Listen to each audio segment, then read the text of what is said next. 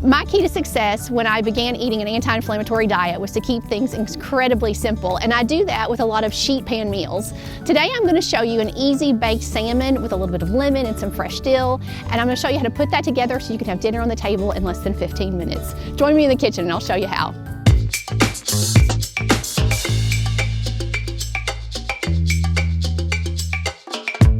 This is the third video in our series on anti-inflammatory eating, and I am really excited to show you this recipe because if it had not been for the simple things, I would not have survived those early days. So lemon, dill, salmon in the oven and just done in a flash. Let me show you what you need to do this. Let's see, where do I want to start? Really, let's just start with the salmon really quick. So when you're choosing salmon, I always try to get wild Alaskan. Always aim for wild, even if you can't get the Alaskan part, just make sure it's wild. And I had to buy mine frozen because I live in Kentucky. It's really hard to get any sort of fresh seafood here.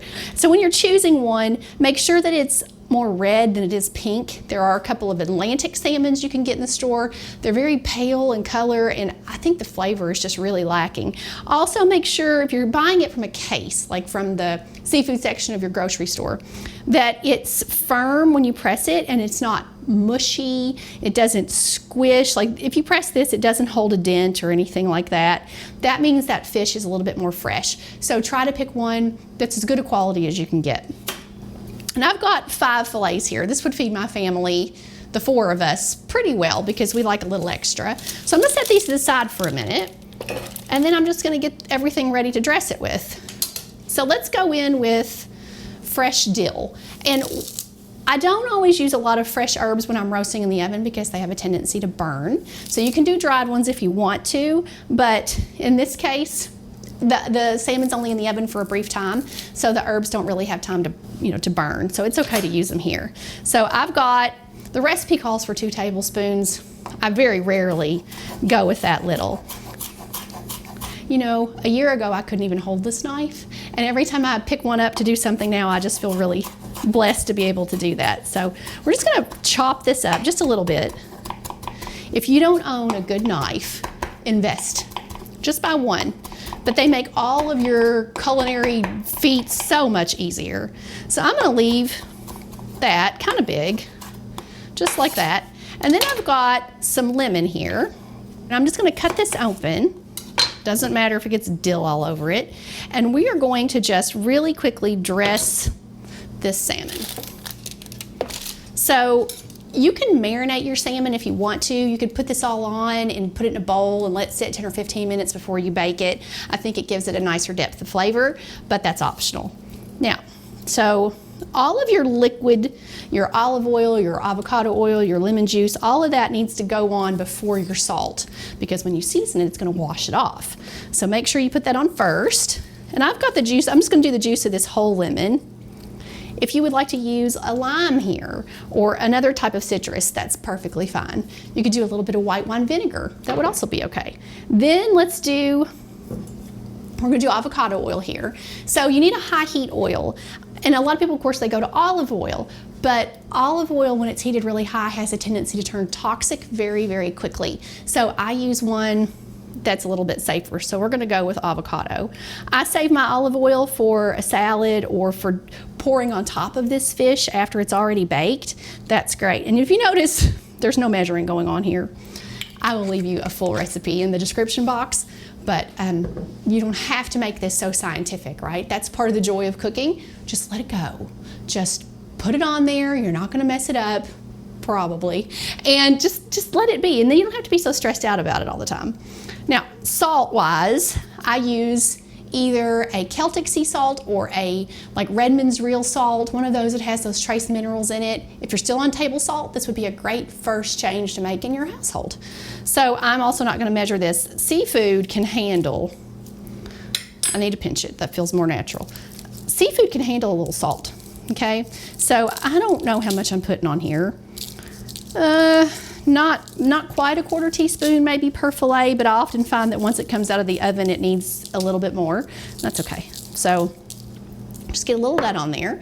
And then we're gonna put on, I'll probably do my dill next. I really want that flavor to get in there. So just sprinkle a little bit on.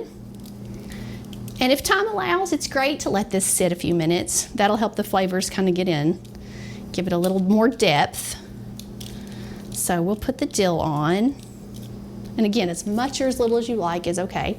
And then put a couple of lemon slices. So these are just thinly sliced. Just put those on the top. Maybe 2 or so per fillet is fine. You can do a little more if you want. And those, as they bake, of course, will release their juices down into the fish.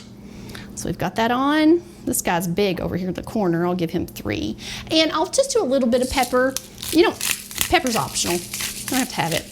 And then the thing about fish, when you roast it, you want to put it in the oven for about 10 to 12 minutes per inch of thickness. So if you look at this salmon, it's not very thick. I've got a few that are, this is probably the thickest piece I have, and it might be a ½ an inch thick. So what we're going to do is put these in the oven for about 7 or 8 minutes, just until you can put a fork in it and kind of twist it and it pops apart. A little bit rare on the inside is actually really nice too. So we're going to go into the oven for just a couple of minutes. And let me show you the asparagus. I guess I'll go ahead and stick this on.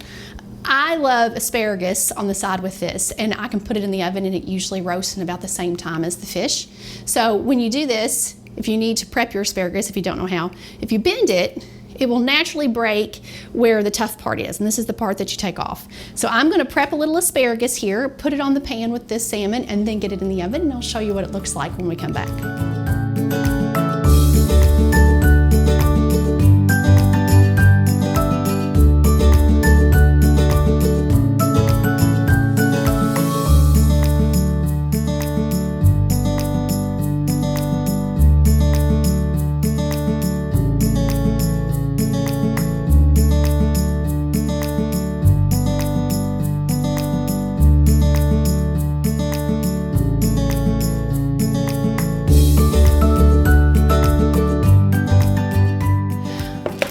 So that was in the oven like maybe 8 minutes. Your asparagus is going to be a little bit crisp tender here. If you want to cook it a little bit longer, I would either put it on a separate cookie sheet and bake it a little bit more, or take your fish off and put it back in the oven and let it cook until it's nice and soft all the way through. So you can check your fish for doneness by just sticking a little fork in there, and see how that's flaking apart just like that, but it's a little bit nice and pink in the middle.